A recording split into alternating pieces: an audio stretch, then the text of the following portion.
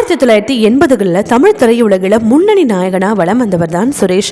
பன்னீர் புஷ்பங்கள் படத்தின் மூலம் அறிமுகமான இவருக்கு கங்கை அமரன் இயக்கிய கோழி கூவுது திரைப்படம் மிகப்பெரிய திருப்புமுனையை ஏற்படுத்தியது.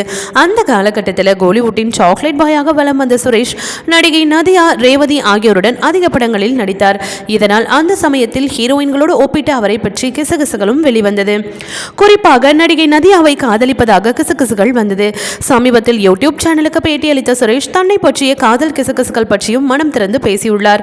அதில் அவர் கூறியது, நதியா என்னுடைய பெஸ்ட் ஃப்ரெண்ட். அவருடன் நான் அதிக படங்கள் பண்ணினேன். அவருக்கும் எனக்கும் ஒரு கிசுகிசு இருந்தது. அதற்கு காரணம் நாங்கள் இருவரும் அதிக படங்கள் மட்டுமின்றி அவரது காதலர் பெயரும் என்னுடைய பெயரும் கிட்டத்தட்ட ஒரே மாதிரி இருக்கும். நதியாவின் காதலர் பெயர் சிரீஷ், என்னுடைய பெயர் சுரேஷ். அவர் ஷூட்டிங்கில் இருக்கும்போதே அதிக அளவில் தன் காதலுடன் போனில் பேசிக் கொண்டிருப்பார். அந்த சிரீஷையை பின்னர் திருமணமும் செய்து கொண்டார் நதியா.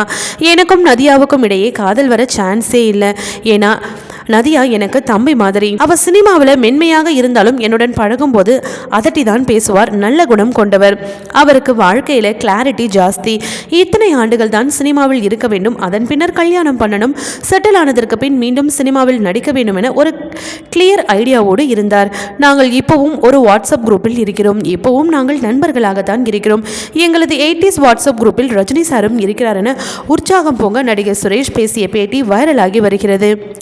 ஓகே வியூவர்ஸ், இது போல சினிமா செய்திகளை நீங்கள் பார்க்க மறக்காம சினி டைம்ஸ் சேனலை சப்ஸ்கிரைப் பண்ணுங்க.